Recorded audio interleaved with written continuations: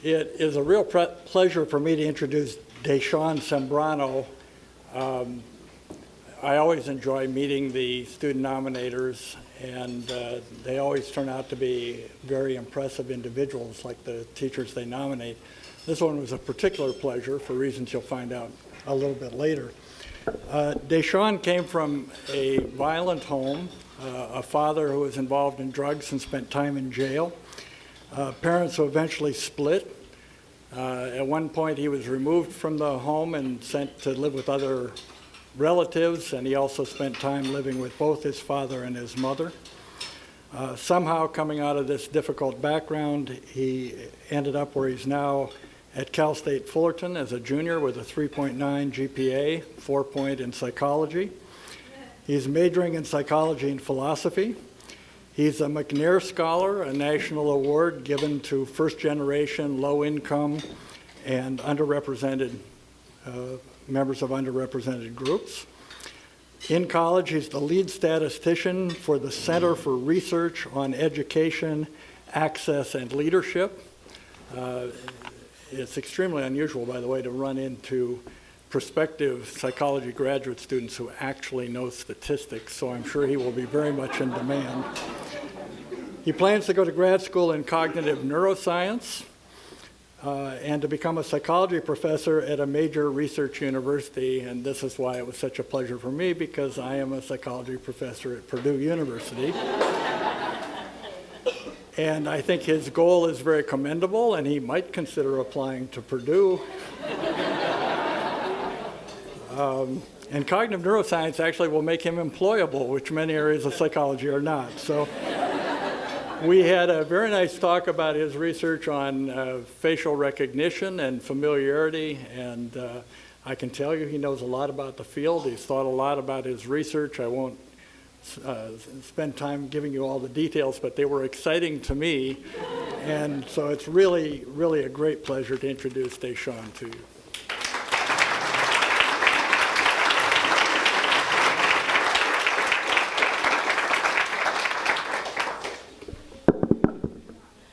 So, as Don actually mentioned, which I thank you for that great introduction, by the way.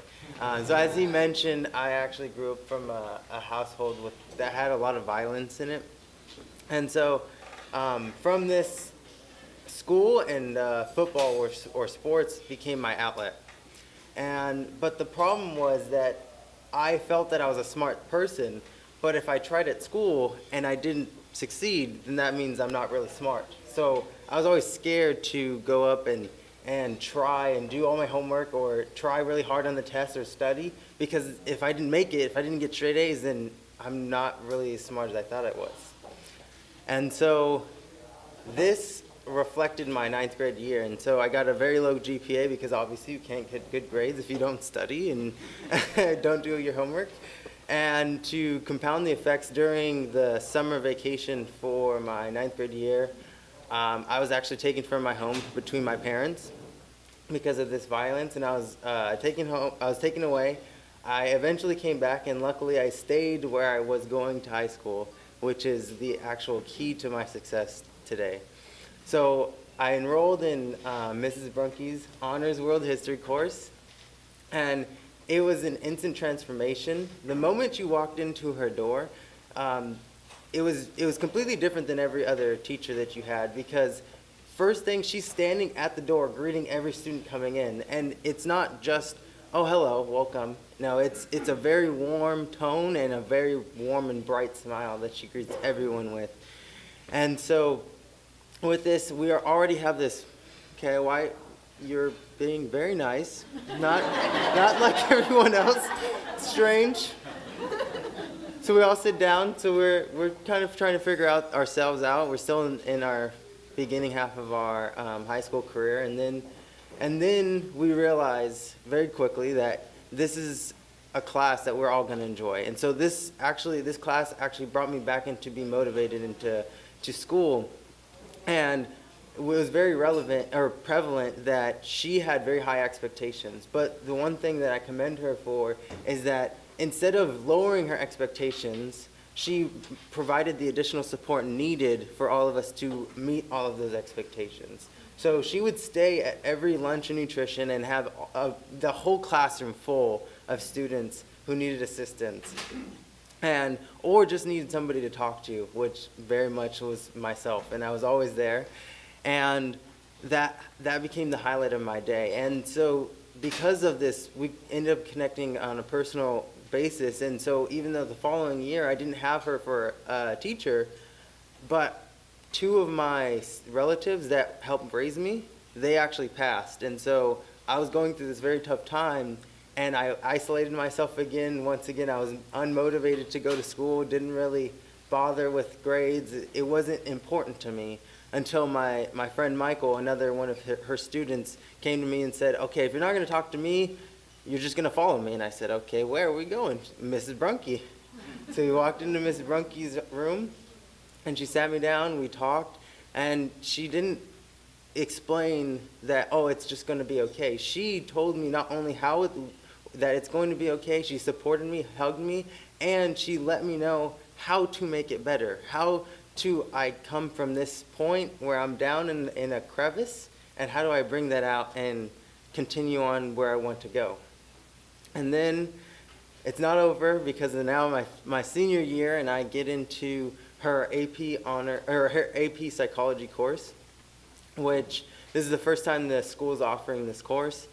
And amazingly, like she does everything, she got 80% of the class had 4s and 5s on the AP score for the first time this course was ever taught at this school.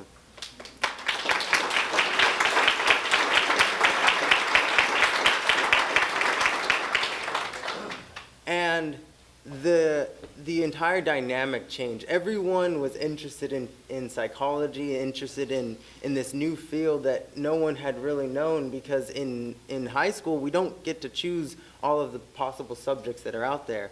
And because of that course, I am a psychology major today, and I have aspirations to earn a doctoral degree and continue my education, and I wouldn't be anywhere without Mrs. Bruhnke.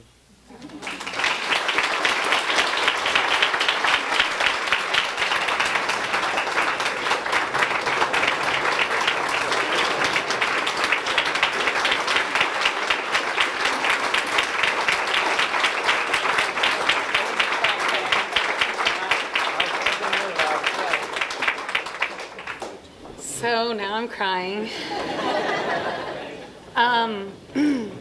Like all of you, I'm sure you feel the same way. It's about kids like that, right? I mean, psychology class or world history class might have been the vehicle, but really it's just about connecting with kids like that. And I mean, I think that's why we all do it. It's just so rewarding, and it's all about that relationship. So thank you. You're why I do it, and thank you to my family for putting up with all my extra time on school stuff.